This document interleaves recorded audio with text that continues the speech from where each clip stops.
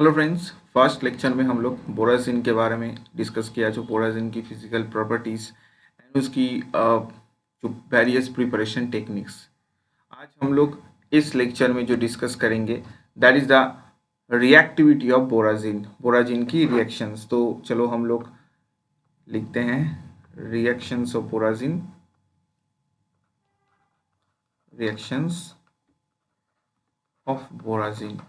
तो पहले मैंने बताया था जो बोराजिन जो है वो न्यूक्लियोफिलिक एडिशन करता है, मतलब न्यूक्लियोफाइल क्या करता है, बोराजिन के ऊपर अटैक करता है। तो इसके कारण से बेसिकली हम लोग देखते हैं सपोज एक बोराजिन है। मैं बोराजिन की स्ट्रक्चर लिखता हूँ। ओके,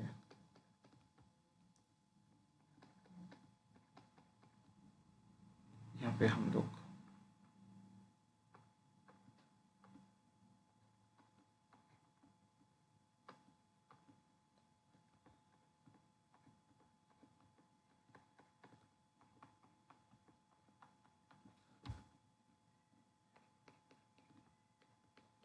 ठीक है। तो यहाँ पे एक पॉइंट ज़्यादा दे दिया आई थिंक।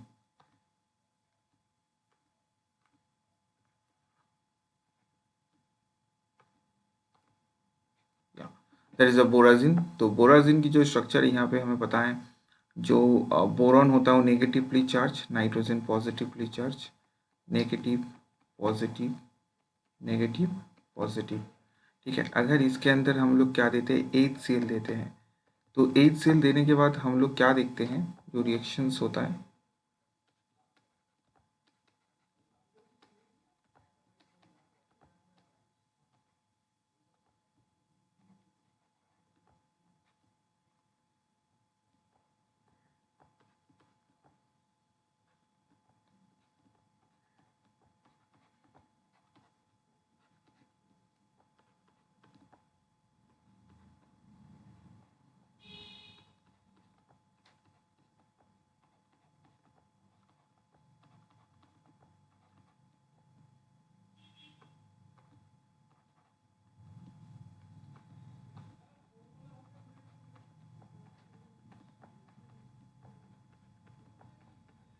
तो यहाँ पे हमारा कुछ इस तरह की स्ट्रक्चर आ जाता है। नेगेटिव चार्ज पॉजिटिव चार्ज यहाँ पे भी रहेगा।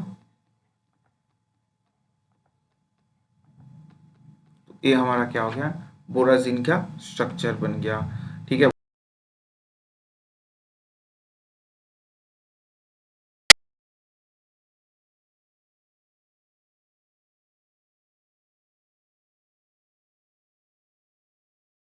और जो हाइड्रोजन का एडिशन है वो किसके साथ हुआ, वो नाइट्रोजन के साथ हुआ। तो ये मेरा स्ट्रक्चर हो गया। तो इस तरीके की बहुत तरीके की तुम्हें रिएक्शंस दिया जाता है। जैसे और एक रिएक्शन सिमिलरली आता है B3N3H6। अगर इसके अंदर तुम वाटर दोगे एक्सेस, तो तुम क्या देखते हो, तुम प्रोडक्ट देखते हो BOH NH3 प्लस 3H2। तो इस तरह की जो रिएक्शंस है वाटर की प्रेजेंस में भी ऐसे आ जाते हैं। या अगर हम लोग वाटर को रिप्लेस करके सपोज मिथानॉल दे देंगे,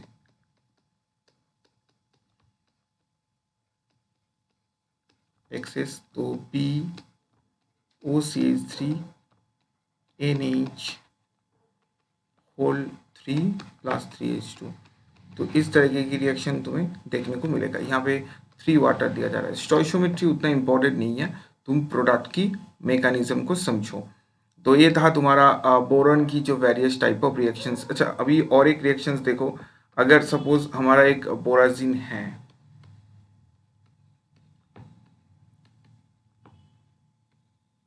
ठीक है, मेरा बोराजिन है। बोराजिन को अगर मैं रिडक्शन करूंगा, जैसे हम लोग बेंजीन को अगर मैं रिडक्शन कराता हूँ तो मुझे साइक्लोहेक्सेन आ जाता है ना। अगर मैं H2 दे देता हूँ ऐसे, तो अगर मैं यहाँ पे NaBH4 देता हूँ, NaBH4 क्या है, रिड्यूसिंग रिएजेंट। तो मेरा जो प्रोडक्ट बनता है, तो मेरा कम्प्लीटली यहाँ पे रिडक्शन हो जाता है। जैसे साइक्लोहेक्सेन बनता है यहाँ पे, सिमिलरली इनऑर्गेनिक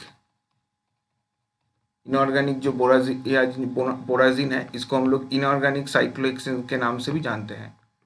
क्या बोलते हैं इसको? इसको बोला जाता है इनऑर्गेनिक साइक्लोहेक्सेन। Inorganic cyclohexane.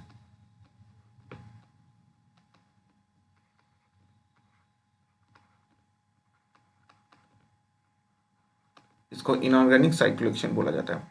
और ये जो इनऑर्गेनिक साइक्लोहेक्सेन है ना, अभी साइक्लोहेक्सेन का तो वेरियस टाइप होता है, ठीक है। जैसे हम लोग नॉर्मली जो साइक्लोहेक्सेन करते हैं तो क्या करते हैं, ऐसे कर देते हैं ना, जो बेंजीन को रिडक्शन करने के बाद, इसको हम लोग साइक्लोहेक्सेन बोलते हैं। तो यहाँ पे क्या हो गया, यहाँ पे तुम्हारा इनऑर्गेनिक साइक्लोहेक्सेन हो गया, मतलब बोराजिन जो है उनका कॉम्प्लीटली रिडक्शन फॉर्म, इसलिए हम लोग इसको इनऑर्गेनिक साइक्लोहेक्सेन भी बोलते हैं। जैसे बेंजीन को इनऑर्गेनिक, नॉर्मल बोराजिन को इनऑर्गेनिक बेंजीन बोला जाता है, तो इसको इनऑर्गेनिक साइक्लोहेक्सेन बोला जाता है।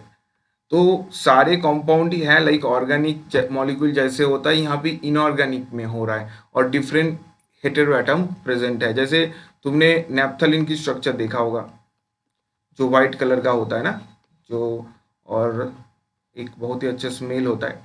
तो सिमिलरली ना तुम्हारा इनऑर्गेनिक नैप्थलीन भी एग्जिस्ट करता है,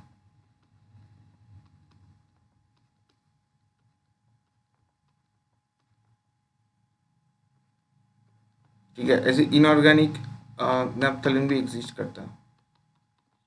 जैसे पहले वाला नॉर्मल नैप्थलीन है, अब ये वाला क्या हो गया, इनऑर्गेनिक नैप्थलीन। तो इस तरह की स्ट्रक्चर है। बट जो नैप्थलीन है ये नॉर्मली जनरली स्टेबल होगा, क्योंकि ये होमो एरोमेटिक है, बट यहाँ पे हेटेरो होने के कारण से क्वाइट मोर रिएक्टिव होगा, क्योंकि ये थोड़ा अनस्टेबल होगा ना, उतना ज़्यादा स्टेबल नहीं होगा, डिफरेंट एटम, इलेक्ट्रोनेगेटिव एटम होने के कारण से। और यहाँ पे क्या होगा, इसका जो डिफरेंट हेटेरो एटम है तो उतना अच्छे से जो ऑर्बिटल ओवरलैप है वो अच्छे से नहीं होगा, तो इसलिए क्वाइट रिएक्टिव होगा। तो इसको पहले वाला को इनऑर्गेनिक, इसको हम लोग इनऑर्गेनिक नैप्थलीन भी बोल सकते हैं, ठीक है। इनऑर्गेनिक नैप्थलीन, ये नॉर्मल नैप्थलीन है और second one is inorganic naphthalene. तो सिमिलरली जैसे हम लोग देखते हैं ना, हम लोग का जो परफ्यूम में यूज़ किया जा, परफ्यूम में बहुत ज़्यादा यूज़ किया जाता है बाईफिनाइल, बाईफिनाइल, ठीक है। तो सिमिलरली ये क्या है, बाईफिनाइल ऑर्गेनिक मॉलिक्यूल, तो इनऑर्गेनिक बाईफिनाइल भी होता है।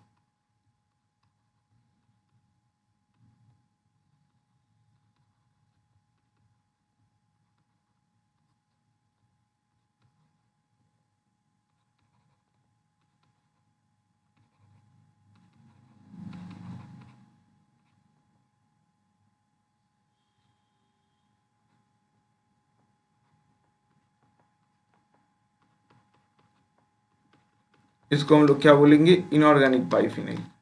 तो बोराजिन ओनली सिंपल फॉर्म में नहीं हो, ऐसे पॉलीमेरिक फॉर्म हो सकता है, मोर देन वन ऐसे जो बोराजिन रिंग है वो भी अटैच हो सकता है, इसको हम लोग क्या बोलेंगे, इनऑर्गेनिक बाईफिनाइल।